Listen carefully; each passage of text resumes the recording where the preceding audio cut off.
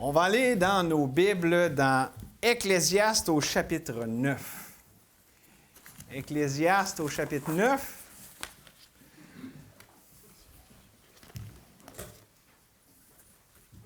Je suis content que vous soyez là. Je suis content d'être ici avec vous. Mais le plus important, je suis content que le Seigneur soit au milieu de nous. Lui qui est la personne qu'on célèbre, c'est lui le plus important. On ne le voit pas de nos yeux, mais on l'adore de notre cœur et on le voit avec les yeux de la foi. Je le vois dans ses enfants, je l'entends dans les chants. La beauté de notre Seigneur Jésus-Christ. C'est sa parole. Et savez-vous, Jésus est dans l'Ancien Testament caché et il est révélé dans le Nouveau. C'est lui dont parlent toutes les Écritures. Et ici, dans Ecclésiaste, on a, comme dans les livres qu'on appelle les livres de la sagesse, là, Job, Psaume, Proverbe, Ecclésiaste, Cantique des Cantiques, on a Christ, notre sagesse. Et on va considérer ce matin Christ, notre sagesse, dans Ecclésiaste. Et on a lu le chapitre au complet tantôt. Et là, on va lire les versets 7 à 10. Et déjà, en les lisant, vous allez voir un peu la teneur de ce qu'on lit. Ça va demander quelques petites explications. « Va, mange avec joie ton pain et bois gaiement ton vin, car dès longtemps, Dieu prend plaisir à ce que tu fais. Qu'en tout temps, tes vêtements soient blancs et que l'huile ne manque point sur ta tête, jouis de la vie avec la femme que tu aimes pendant tous les jours de ta vie de vanité, que Dieu t'a donné sous le soleil, pendant tous les jours de ta vanité, car c'est ta part dans la vie au milieu de ton travail que tu fais sous le soleil. Tout ce que ta main trouve à faire, fais-le avec ta force. Avec ta force, fais-le, car il n'y a ni œuvre, ni pensée, ni science, ni sagesse dans le séjour des morts où tu vas. » On va commencer en priant. Seigneur, c'est toi qui enseignes les Écritures par ton esprit. C'est toi qui convaincs de pécher ceux qui ne te connaissent pas encore. Donc, on vient à toi totalement dépendant, mais ici reconnaissant que tu es vivant, que tu sauves, que tu délivres, que tu réconfortes, que tu es le Dieu de toute grâce, le Dieu de toute espérance. On s'attend à toi à cause de ce que tu es, Seigneur. Tu révèles être ce Dieu merveilleux. Et donc, on s'attend à ce que, Seigneur, tu puisses révéler encore, avec une nouvelle fraîcheur, toute ta beauté, ta bonté, Seigneur. On te le demande au nom de Jésus. Amen. La bonté de la sagesse de Dieu. Probablement qu'en lisant les versets qu'on a lus, peut-être que certains d'entre vous, ou des fois, je le disais tantôt, à votre première lecture de l'Ecclésiaste, vous étiez peut-être un peu troublés, parce que moi, je me rappelle, la première fois que j'ai lu Ecclésiaste, je me disais, bien, coudonc, on dirait que c'est en contradiction avec d'autres passages des Écritures. Où est-ce que, dans le fond, ça dit, bien, vas-y, fais n'importe quoi, tu sais, je le prenais de même, là. Vas-y, vis ta vie comme bon te semble. Et puis là, j'étais, bien, voyons, il me semble que c'est pas vraiment la teneur du reste des enseignements de la parole de Dieu en ce qui concerne la sainteté, la sanctification. Mais évidemment, comme tout dans la parole de Dieu, la parole s'explique par la parole. Et lorsqu'on prend le temps de s'arrêter, et d'ailleurs, c'est un des livres qui a béni beaucoup mon cœur parce que je l'ai étudié, j'ai prié le Seigneur pour qu'il m'ouvre les vérités merveilleuses de ce livre.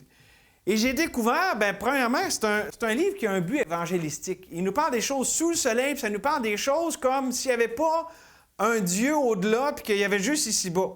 OK? Donc, c'est vraiment le but d'amener les gens à réfléchir. S'il y a juste la vie ici-bas, la vie n'a pas de sens, c'est de la vanité, puis tout se bien de vivre juste pour ce moment, parce qu'après ça, on meurt, puis c'est fini. D'ailleurs, on a lu ça dans le chapitre tantôt, là, dans d'autres versets.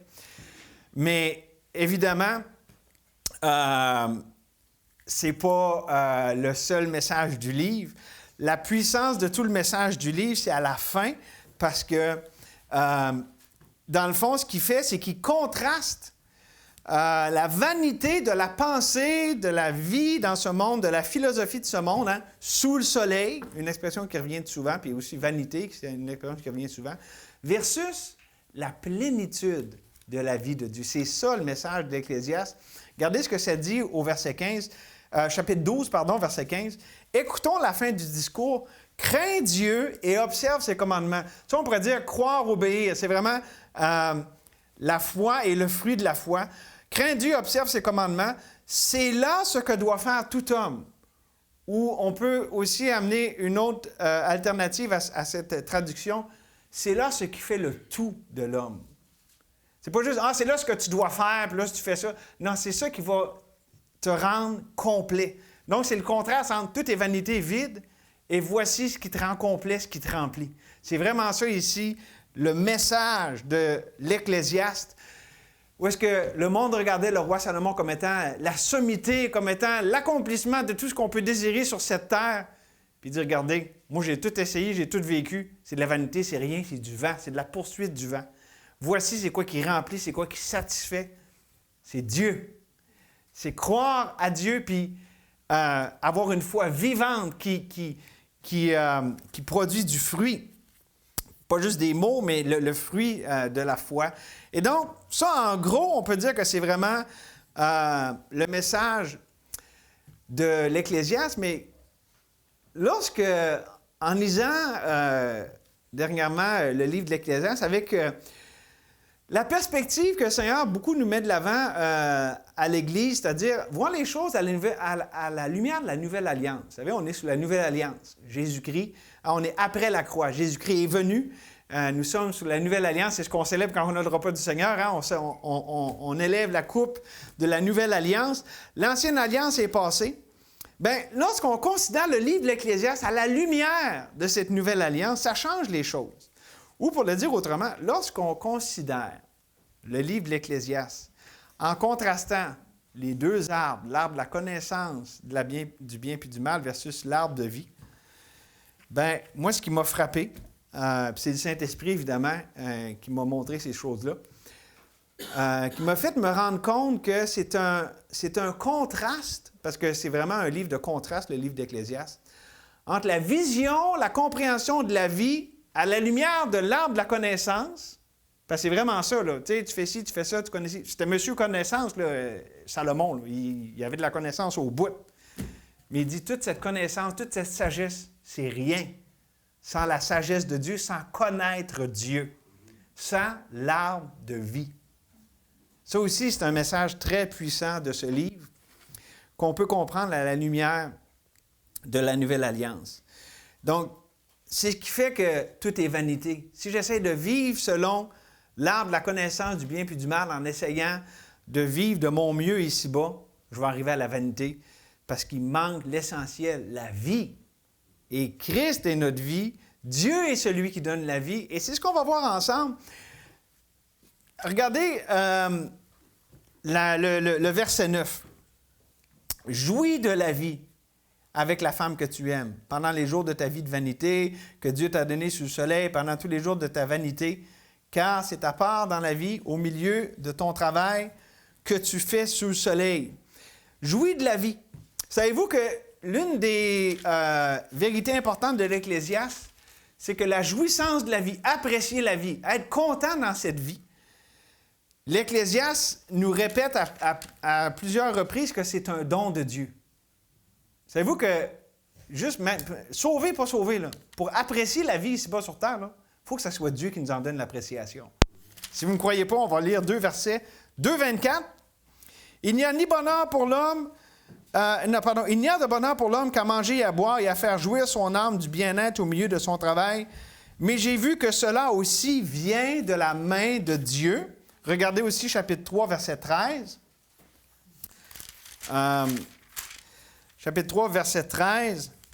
« Mais si un homme mange, boit et jouit du bien-être au milieu de tout son travail, c'est là un don de Dieu. » Bon, là, si on part de là,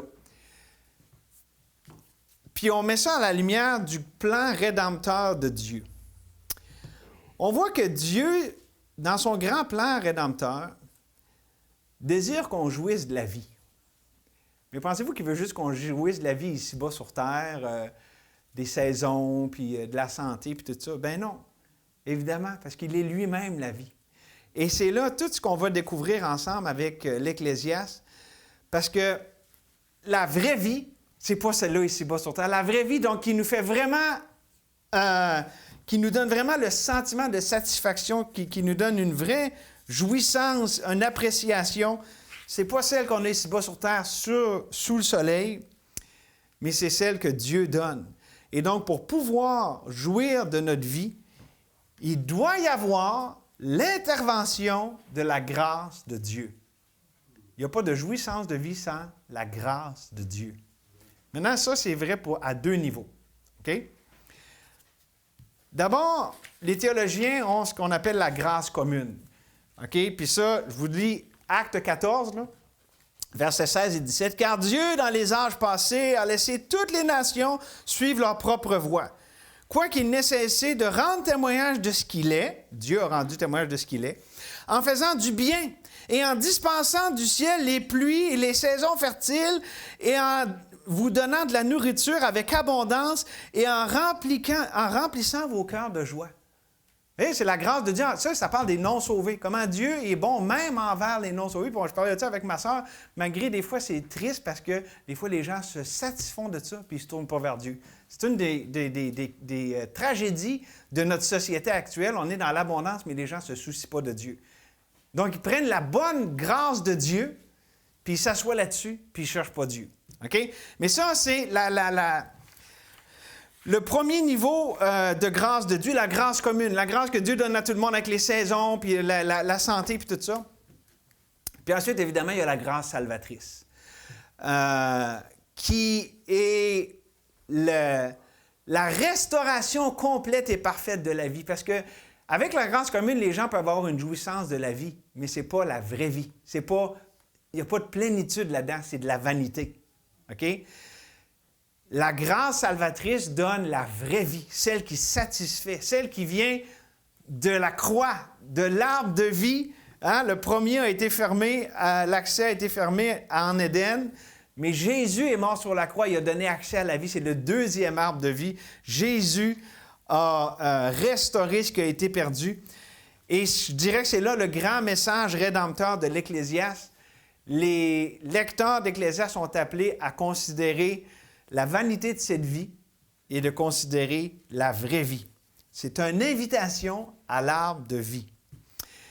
Et là, écoutez bien ce que je vais vous dire. Je vais vous lire un verset, puis je vais vous donner une application. Dans le prophète Agé, et dans le contexte, c'était par rapport à la construction du temple, tout ça, mais il y a vraiment une application par rapport à la vie ici-bas sur terre.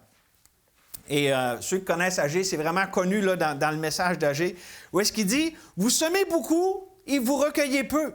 Vous mangez et vous n'êtes pas rassasiés. » C'est un peu en contraste. Tantôt, il disait « Dieu donne les pluies fertiles. » Mais là, dans Agé, il dit que Dieu, là, il est intervenu. Il a fait en sorte que, même s'il semait et tout ça, il n'était pas rassasié. Vous buvez et vous n'êtes pas désaltérés. Vous êtes vêtus et vous n'avez pas chaud. Le salaire de celui qui est à gage tombe dans un sac percé. Ainsi parle l'Éternel des armées, considérez attentivement vos voies. Dans le fond, c'est quoi que ça nous dit ici, dans Agé?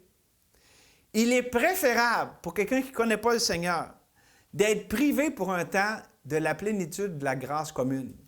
Tu sais, des bontés de la vie, d'être en santé, puis tout ça. C'est préférable d'en être privé pour un temps afin de sentir notre misère et qu'on puisse arriver à la grâce salvatrice.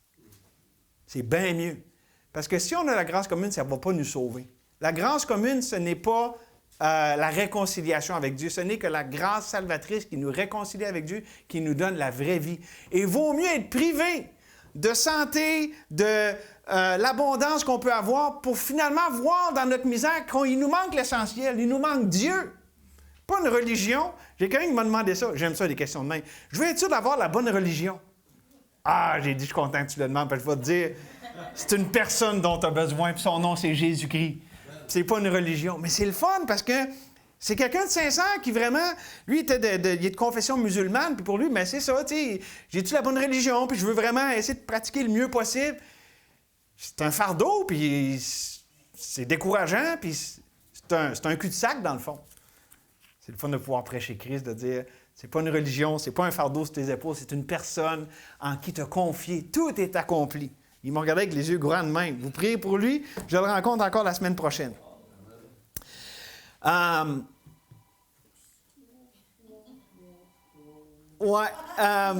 Donc, c'est ça.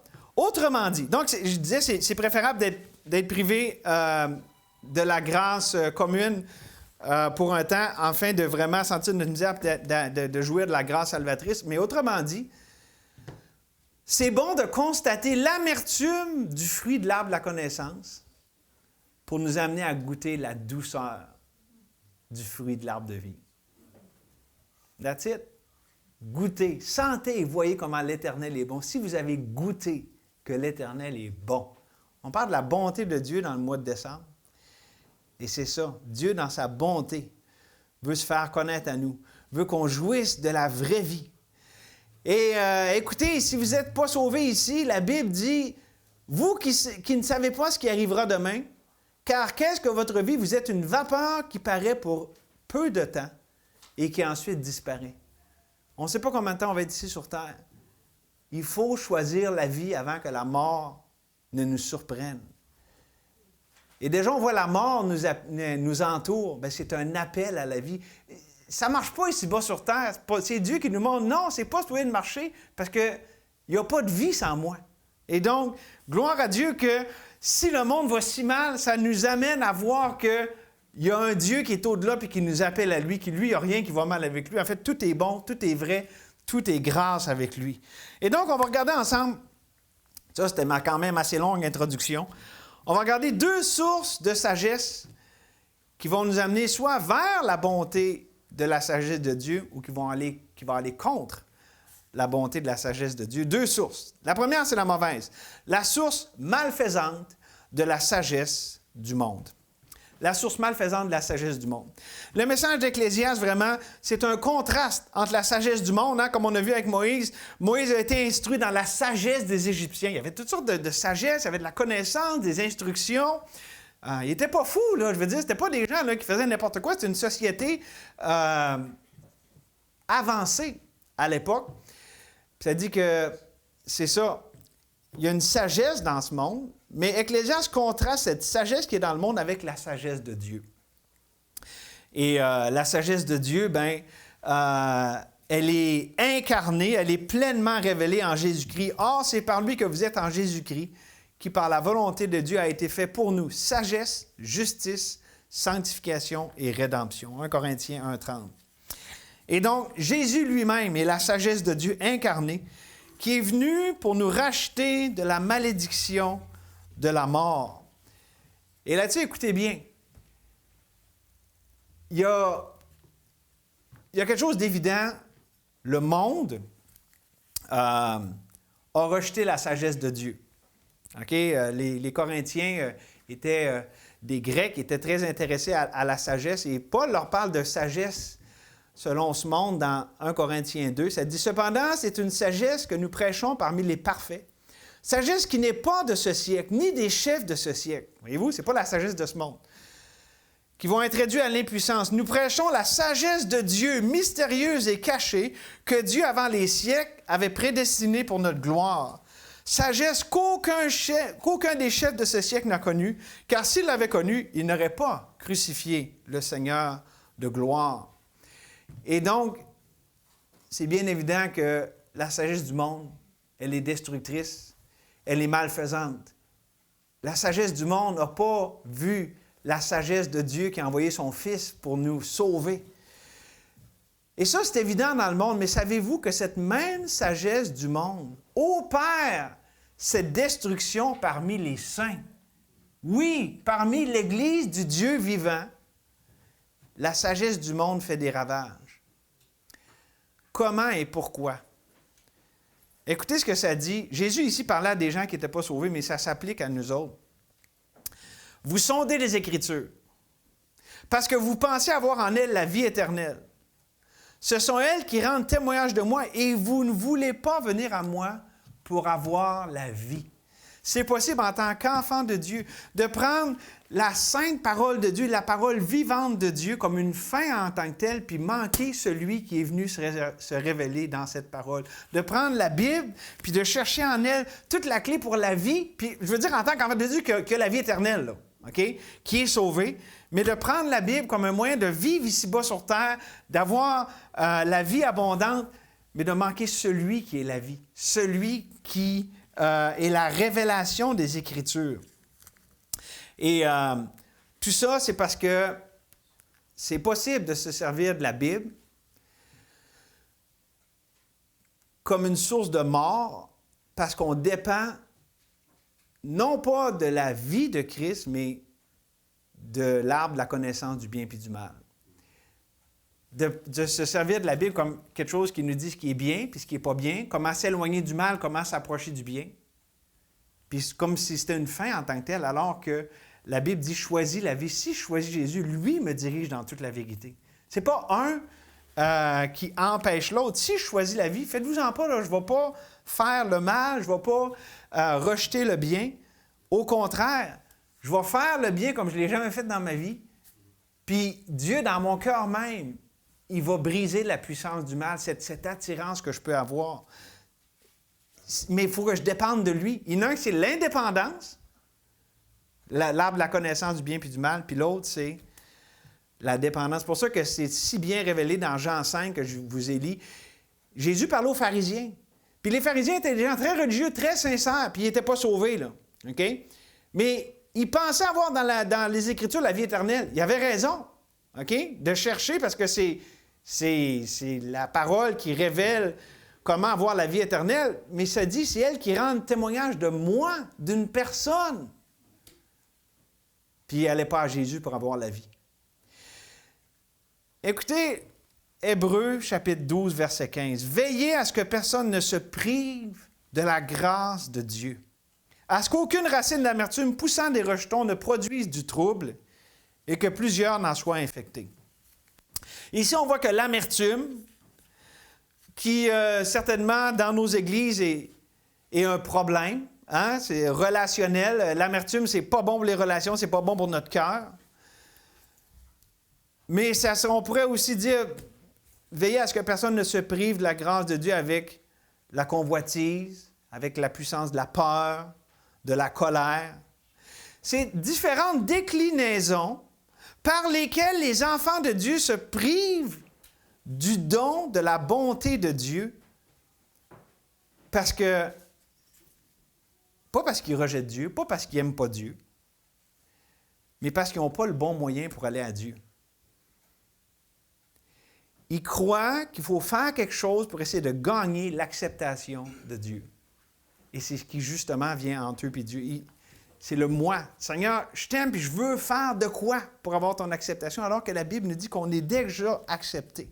Et le problème fondamental ici, dont je parle, c'est la chair, c'est l'indépendance, c'est de ne pas croire que Dieu est la vraie vie et que pour jouir de cette vie, il faut dépendre de lui.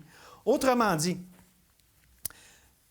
je vais me priver de la grâce de Dieu si je veux vivre de façon indépendante. Et je vais vous donner une illustration dans un instant, mais gardez ce mot à l'esprit. C'est évident, le monde valorise et glorifie être indépendant. « Hey, moi, personne ne me dit quoi faire. » Puis, tu sais, il y a cet orgueil d'être quelqu'un qui a réussi par lui-même, puis tout ça. Tandis que puis on peut dire, c'est pas mal évident, c'est mis de l'avant. Tandis que chez les saints, chez les enfants de Dieu, c'est beaucoup plus sournois. Par exemple, l'aveuglement spirituel dans le monde chrétien par rapport à ce qu'on appelle les patterns de notre chair, à la façon dont on a été habitué de répondre aux problèmes dans la vie. Mes amis, ça, là, écoutez bien, c'est possible en tant qu'enfant de Dieu, avec la bonne parole de Dieu, d'apprendre comment répondre aux problèmes de la vie de façon indépendante de Dieu. Et ça, mes amis, là, ça a beau bien paraître, ça a beau avoir plein de bonnes intentions, l'issue, c'est la mort. Pourquoi? Parce que la source, ce n'est pas Dieu, c'est moi. C'est ça le problème de l'indépendance. Et donc, je me prive de la grâce de Dieu. Et souvent, pourquoi? Puis comment ça va se décliner, justement? Bien, j'ai appris que quand j'ai des problèmes, je m'isole puis je ne parle pas à personne. Bien, ça ne règle pas mes problèmes, mais j'ai appris ça de même. Ça, c'est une façon que la chair va réagir. D'autres, ça va être au contraire. Je vais tellement frapper fort que je vais tout détruire ce qui aurait pu être une espèce de problème, puis finalement, là, j'ai détruit non seulement, j'ai pas détruit le problème, mais j'ai détruit les personnes au passage, donc dommages collatéraux. Donc, voyez-vous, l'idée, c'est de normaliser l'indépendance face à Dieu et d'appeler ça la vie chrétienne. Et là, j'ai donné des exemples assez évidents, mais la puissance de la tromperie est dans la subtilité. La puissance de la tromperie, c'est dans la subtilité. C'est-à-dire, je veux aider quelqu'un. Je l'aime. Mon enfant, par exemple. Mon époux, mon épouse. Puis je veux l'aider, je veux que Dieu travaille dans sa vie. OK? Est-ce que c'est mauvais? Absolument pas, c'est très bon. Mais de qui je dépends pour ça? Souvent, ce qu'on voit, là, c'est tellement malheureux, on le voit dans les familles, on le voit dans les couples, on le voit dans les églises, dans les relations. Des gens qui s'aiment, qui veulent s'aider, mais qui se nuisent parce que c'est moi, avec ma sagesse, avec comment moi je pense, puis avec ma sagesse. Il y a du mélange avec la sagesse de Dieu, là. Mais c'est moi qui veux aider la personne. Et donc, le problème, c'est la source. C'est de qui je dépends. J'ai tout fait ce qu'il fallait, puis tout ça, mais j'ai dépendu de moi, puis ce que ça donne, ça allait éloigner la personne. Pourquoi? Parce que c'est pas Christ en moi, c'est moi qui s'est mis de l'avant pour aider, et je n'ai pas laissé Dieu. Je me suis appuyé sur ma propre sagesse, et non pas sur Christ, ma sagesse. Et ça, mes amis, c'est grave. C'est se prendre pour Dieu, le Saint-Esprit. C'est d'inculquer la crainte des hommes et non pas la marche par l'Esprit. C'est se confier en l'homme et non pas à Dieu. Et la preuve de ça, c'est que cette approche, cette façon de penser ne produit pas ce qu'on voit dans Ésaïe 53. Celui qui est ferme dans ses sentiments, tu assures la paix parce qu'il se confie en toi. Non, ça nous donne des gens anxieux, des gens tout de travers. Pourquoi? Parce que tout le fardeau est sur mes épaules, c'est moi, puis dans ce temps-là, il n'y a pas de paix de Dieu.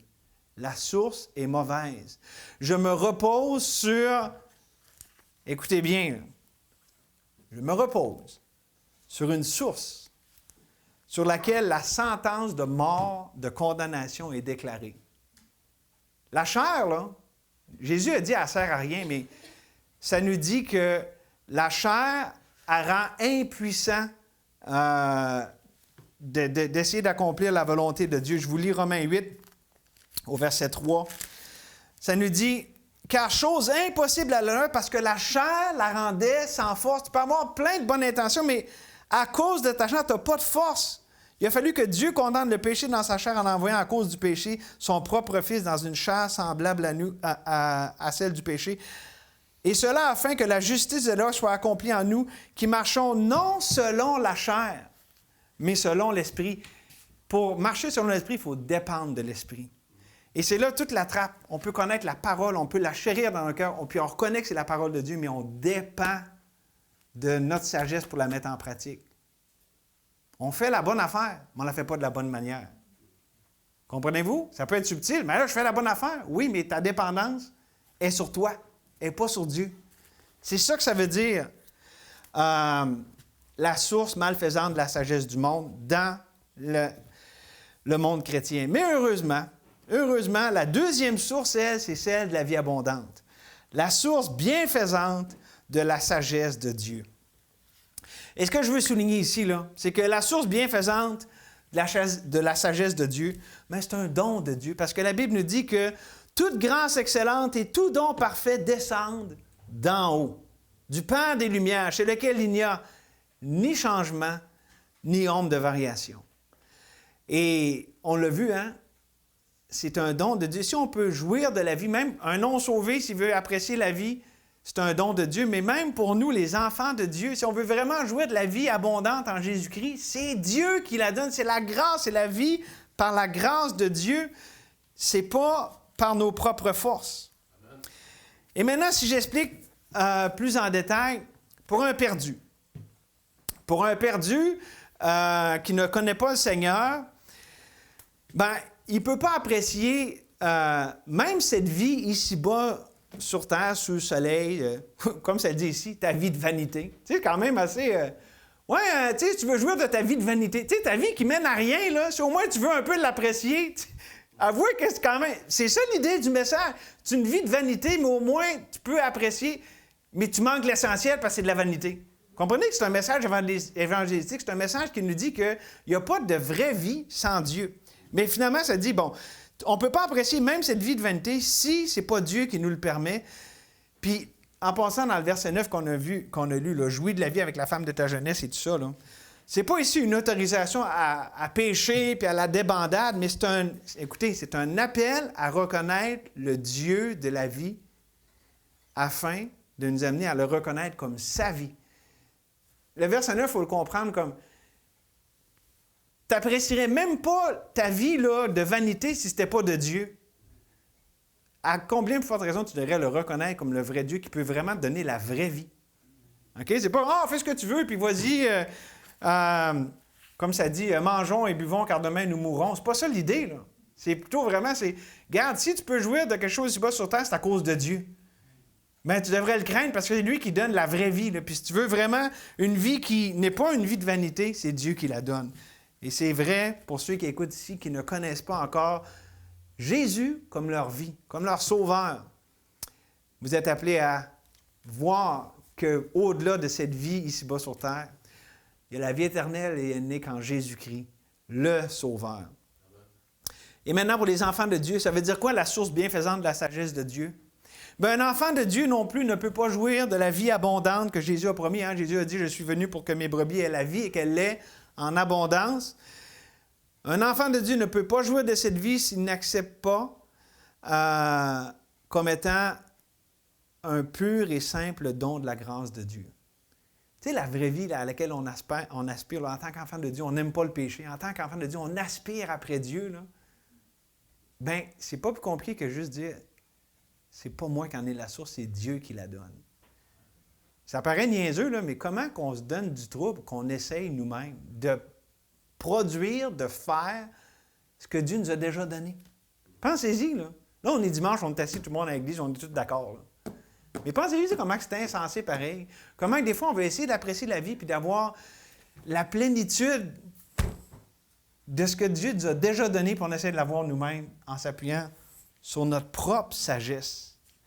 Et dans le fond, c'est que soit que ma chair veut essayer de faire des choses pour Dieu, puis là, ben, ça mène à tout ce qu'on connaît, ou j'accepte ma mort et la vanité de la chair pour que je puisse laisser Dieu vivre en moi. Illustration d'actualité. On parlait de ça tantôt. Avec la musique, on prie pour que la musique puisse vraiment avoir un ministère spécial dans nos cœurs, parce que c'est important, c'est une partie importante de notre journée aujourd'hui, comment qu'on chante les vérités de Dieu, puis tout ça, puis pendant qu'on priait, il y a quelque chose auquel j'ai pensé. Parce qu'avant qu'on prie, j'ai dit, prions pour que Dieu encourage les cœurs. C'est un temps de l'année où est-ce que souvent, excusez l'anglicisme, on est down. Là, on est un peu à terre, on est fatigué, il n'y a pas beaucoup de lumière. Des fois, c'est ça, c'est brumeux, il n'y a pas les belles couleurs dans les arbres, puis on n'a pas encore commencé trop les sports d'hiver. Des fois, c'est un peu dur comme temps de l'année, hein? Mais voici la pensée qui m'est venue quand on priait. Il y a une vérité spirituelle là-dedans. Il n'y a pas de vie sans passer par la mort. Pensez-vous, en temps de l'année, là, OK, tout meurt. Là. Pas compliqué, il n'y a pas grand carotte d'un champ en ce moment. Là. Vous pouvez aller voir, là, mais ça ne vit pas fort. OK?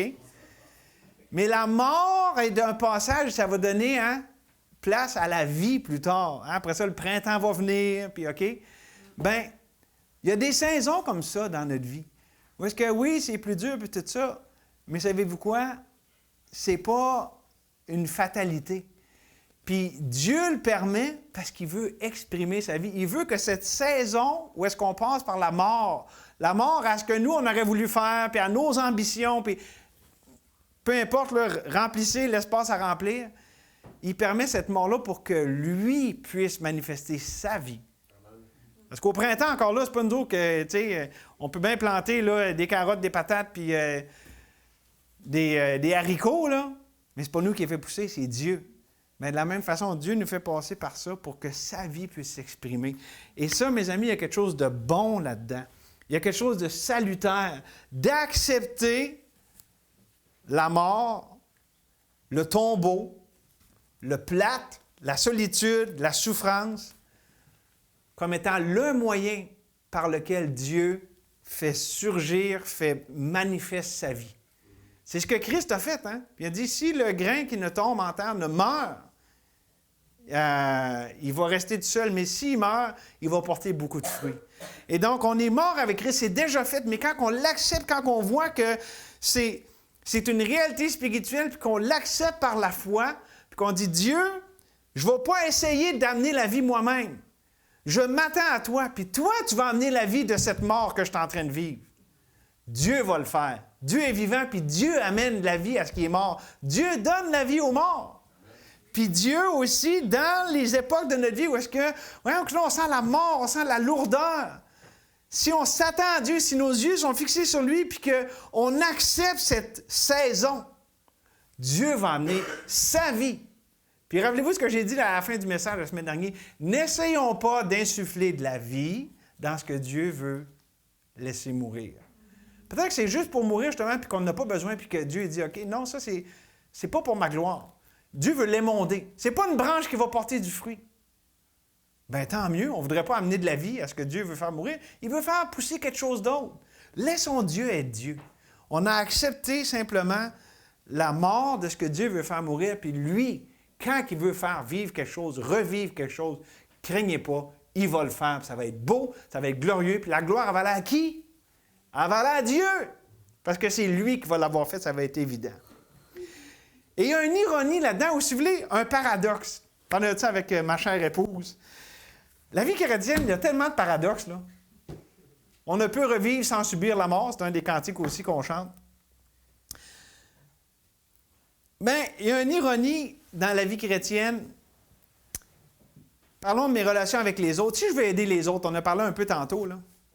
Je veux aider les autres à s'en sortir. Je veux aider les autres à apprécier la vie. Je les aime.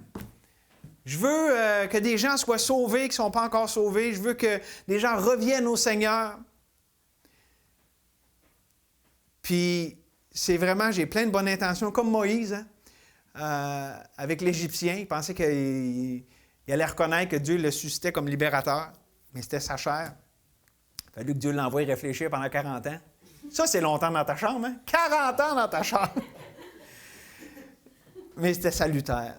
Je peux vouloir aider les autres avec plein de bonnes intentions, mais si la source est ma chair, si c'est indépendant de la vie de Dieu, ça ne sert à rien. Ça ne va pas produire de fruits. C'est ironique pareil, hein? Je vais aider quelqu'un que j'aime donc, puis finalement, non seulement je ne l'aide pas, mais je vais y nuire. Mettez ça dans votre tiroir à réflexion. Vous l'ouvrirez pendant la semaine. Et ce piège, écoutez bien, est spécialement grand et important lorsque nous sommes en position d'autorité. Je parle ici aux parents. Je parle des fois dans vos relations de travail. Je parle à des gens dans les différentes responsabilités qu'on a. Il y a une tentation spéciale quand on est en autorité de faire pour Dieu. Ou donner un petit coup de main à Dieu. N'est-ce pas? Parce qu'on a la capacité de le faire. Parce qu'on a une autorité qui nous vient de Dieu, là. Mais on peut essayer de prendre la place de Dieu. On veut aider l'autre pour aider Dieu. Puis, comprenez, là, Dieu veut nous utiliser, là, mais Dieu n'a pas besoin d'aide. Tu sais, c'est comme avec un enfant, là, qu'on fait la cuisine. Si on fait la cuisine, bon, toi, tu n'es plus un enfant, là, mais mettons qu'on prend Charles et Caleb pour faire des muffins. Est-ce que ça va aller plus vite que si je prends, mettons, Mathias et Nathanaël? Je pense que ça va être plus compliqué avec Charles et Caleb. Pourquoi? Ils sont plus petits, OK? Donc, c'est pas parce que j'ai besoin d'aide. C'est parce que je veux les bénir, puis avoir du temps avec eux autres, puis qu'eux autres, ils apprennent à faire des muffins. Bien, c'est pareil avec Dieu. Là. Dieu n'a pas besoin de nous autres. Là. Dieu n'a pas besoin de rien ni de personne. Là. Dieu est absolument indépendant. Là. Mais dans sa bonté, dans sa grâce, Il veut nous utiliser. Donc, comprenez bien, ce n'est pas une affaire de Dieu m'utilise ou non. Non, c'est est-ce que je dépends de Dieu pour qu'il m'utilise ou est-ce que je dépends de moi? Puis en disant, ah ben oui, Dieu, je veux t'aider. Comprenez-vous, là, c'est pas assez subtil de dire Dieu, je veux t'aider. On est plus subtil que ça là, quand on rentre dans ces patterns-là. Là. Mais savez-vous comment Dieu est bon? Dieu s'assure de nous enseigner que la chair ne sert à rien, que c'est une loi spirituelle inévitable. On ne peut pas porter de fruits pour Dieu si Dieu n'est pas la source. Et c'est ça l'idée de la source bienfaisante de la sagesse de Dieu. Quand on expérimente la grâce de Dieu, qu'on voit Dieu agir à travers nous autres, qu'on a vu que ce n'est pas en s'appuyant sur notre sagesse, qu'on s'est attendu à Dieu, puis qu'on a vu que dans tout ce qu'il y avait de mort, Dieu a insufflé la vie. On dit « Wow, je veux plus d'autre chose. » Et ça, c'est merveilleux. Et le monde est détruit parce qu'il rejette Dieu, mais le monde chrétien, il y a un grand mensonge répandu dans le monde chrétien, c'est-à-dire, je veux servir, je veux aider la cause de Dieu, mais avec ma chair, avec le moi. Mes amis, ça, c'est contre la croix de Christ. C'est le moi qui s'élève contre la suffisance de Dieu. Pour ce qui me concerne, dit Paul dans Galates 6, 14, « Loin de moi la pensée de me glorifier d'autre chose que de la croix. » Cette mort, il acceptait la mort. Il était mort avec Christ et il l'acceptait. De me glorifier d'autre chose que de la croix de notre Seigneur Jésus-Christ, par qui le monde est crucifié pour moi, comme je le suis pour le monde. C'est pour ça que tout ce qui est indépendant de Dieu est voué à l'échec, mais tout ce qui dépend de Dieu, c'est voué au succès de Dieu. C'est un autre paradoxe. On est plus heureux d'avoir des échecs dans ce que Dieu désire que ça soit un échec que d'avoir du succès dans ce que Dieu aurait voulu que ça soit un échec. Avez-vous suivi ma phrase? Tu sais, dans ma vie, il faut avoir bien du succès dans les choses que moi je voudrais, mais si Dieu, c'est pas ce qu'il veut, là, j'aurais été aussi bien d'avoir un échec. Puis si j'ai du succès puis que tout va bien, là, mais que je suis loin de Dieu, puis j'aurais été aussi bien d'échouer là-dedans, puis de découvrir Dieu à la place. Mon frère, c'est vrai pour lui. Il aurait pu avoir une carrière, là, puis être de ce monde d'intellectuel, puis tout ça. Mais c'est une réussite de Dieu. Dieu n'a pas permis qu'il y ait un succès dans quelque chose parce qu'il y avait une autre voie. Meilleure. Est-ce qu'elle était nécessairement facile à accepter, puis tout ça, puis... Mais les voies de Dieu ne sont pas nos voies. Est-ce que tu regrettes, frère, de ce que Dieu a fait dans ta vie? Non, puis même des fois, il y a des journées où je me dis, ah, si j'avais tout eu ce que je voulais, la belle carrière, puis toutes les pressions de conformer à la mentalité du monde-là, je me dis, des fois, je serais peut-être devenu quelque chose que je mépriserais aujourd'hui. Absolument. Amen. Je ne voulais pas te mettre sur le spot, là, mais je trouvais que c'était une bonne illustration. Ben, gloire à Dieu, hein? Fait que c'est ça. Ça l'illustre, le fait. Tu sais, qu'est-ce qu'on recherche? Puis si Dieu veut faire mourir quelque chose, c'est bien que ça meure. Dieu a fait mourir des choses dans nos vies qu'on regarde après, on dit, hey, c'est une chance que ça n'a pas prévu, cette affaire-là. Puis pensez-y quand on a été sauvés. Moi, je m'arrête sur une voie de mort. Content que Dieu ait tout fait échouer mes projets, puis j'avais pu arriver à le connaître, lui, comme mon sauveur. Donc, je veux terminer avec cette simple pensée ce matin. Est-ce que vous voyez, est-ce que vous êtes attiré par la bonté de la sagesse de Dieu? Puis peut-être par contraste, non, peut-être que vous êtes attiré par la bonté de la sagesse de Dieu en voyant la laideur de la sagesse de ce monde. Je veux dire, il n'y a rien de bon dans ce monde pour avoir la satisfaction, la vraie satisfaction, la plénitude. Le monde est trompeur. Le péché amène une jouissance, mais pour un temps. Ou peut-être que vous êtes attiré par... Voulez-vous que je vous parle de la sagesse de... c'est pas moi que vous en parlez, c'est Jacques, là. La sagesse d'en haut. Et premièrement, pure, ensuite pacifique, modérée, conciliante, pleine de miséricorde et de bons fruits, exempte de duplicité et d'hypocrisie. Le fruit de la justice est semé dans la paix par ceux qui recherchent la paix. Moi, j'ai le goût de me tenir avec du monde de même. J'ai le goût d'être du monde de même. J'ai le goût d'être quelqu'un de même. C'est attirant. C'est attirant la sagesse de Dieu et la sagesse d'en haut. Ou pour le dire autrement, est-ce qu'on voit, est-ce qu'on est attiré par la beauté de Christ? Moi, une des choses que je trouve les plus merveilleuses, c'est de voir Christ dans ses enfants. C'est une des choses que j'ai découvert beaucoup dans les 3 dernières années. Moi, en me regardant dans le miroir, mais aussi les gens autour de moi, quand on... Tu sais, le moi, là, le moi, il peut avoir une certaine... Je veux dire, il y a des personnalités, tu vois, on peut s'entendre bien avec nous, mais quand on voit Christ, lui, quand on l'entend, quand on le voit dans nos frères et sœurs, quelle joie! C'est « Wow! Dieu! C'est toi, ça! » Et je dirais, cette beauté, elle se voit par le fruit de sa vie, de son esprit en nous. Hein? Avec l'amour, la joie, la paix, la patience, la bonté, la bienveillance, la foi, la douceur, la maîtrise de soi. C'est beau à voir. La beauté de marcher avec lui. Marchez par l'esprit et vous n'accomplirez point les désirs de la chair. La beauté de la bonté de l'homme, avec un grand H. Vous savez que c'est Pilate qui a dit « Voici l'homme, ecce homo ». Voici l'homme, c'est comme l'homme avec un grand H, c'est Jésus-Christ, là. Vous savez quoi, ça nous dit, il y a un proverbe ici, il faut voir Christ dans toutes les Écritures. Écoutez ce que ça dit dans le proverbe 19, 22. « Ce qui fait le charme d'un homme, c'est sa bonté. Et mieux vaut un pauvre qu'un menteur. » C'est qui a la plus grande beauté? L'homme suprême, c'est Jésus-Christ. Il est d'une bonté ineffable. Il est la bonté incarnée. Écoutez ici, toujours dans le même proverbe, le verset 21, « Il y a dans le cœur de l'homme beaucoup de projets, mais c'est le dessein de l'Éternel qui s'accomplit. » Il y a un pattern de foi ici par rapport... Je peux avoir des projets, mais quand je m'attends à Dieu, c'est ce que lui va faire dans ma vie. Mais ça, c'est accompli parfaitement en Jésus-Christ. Si je vis par la foi, c'est plus moi qui vis, c'est Christ qui vit en moi. J'ai été crucifié avec Christ. Et si je vis là, si j'ai une vie ici-bas sur terre, je vis dans la foi au Fils de Dieu qui m'a aimé et qui s'est livré lui-même pour moi. Est-ce que tu acceptes le don de la grâce de Dieu? Est-ce que tu acceptes le don de la vie? D'abord, pour avoir la vie éternelle, si vous n'êtes pas sauvé, Dieu a tout accompli. Vous pouvez aujourd'hui passer de la mort à la vie. Vous pouvez être réconcilié avec Dieu par le sang précieux de Jésus qui a été versé. Vous avez du prix aux yeux de Dieu. Il a versé son sang pour que vous puissiez être rachetés, sauvés, réconciliés avec Dieu. Et mes frères et sœurs en Jésus-Christ, vous pouvez jouir de la vraie vie en Jésus-Christ parce qu'il a tout accompli.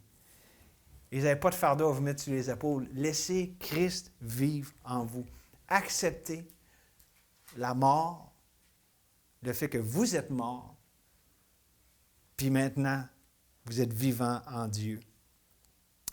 Regardez-vous comme mort au péché et comme vivant pour Dieu en Jésus-Christ. Et ça, c'est la vraie liberté.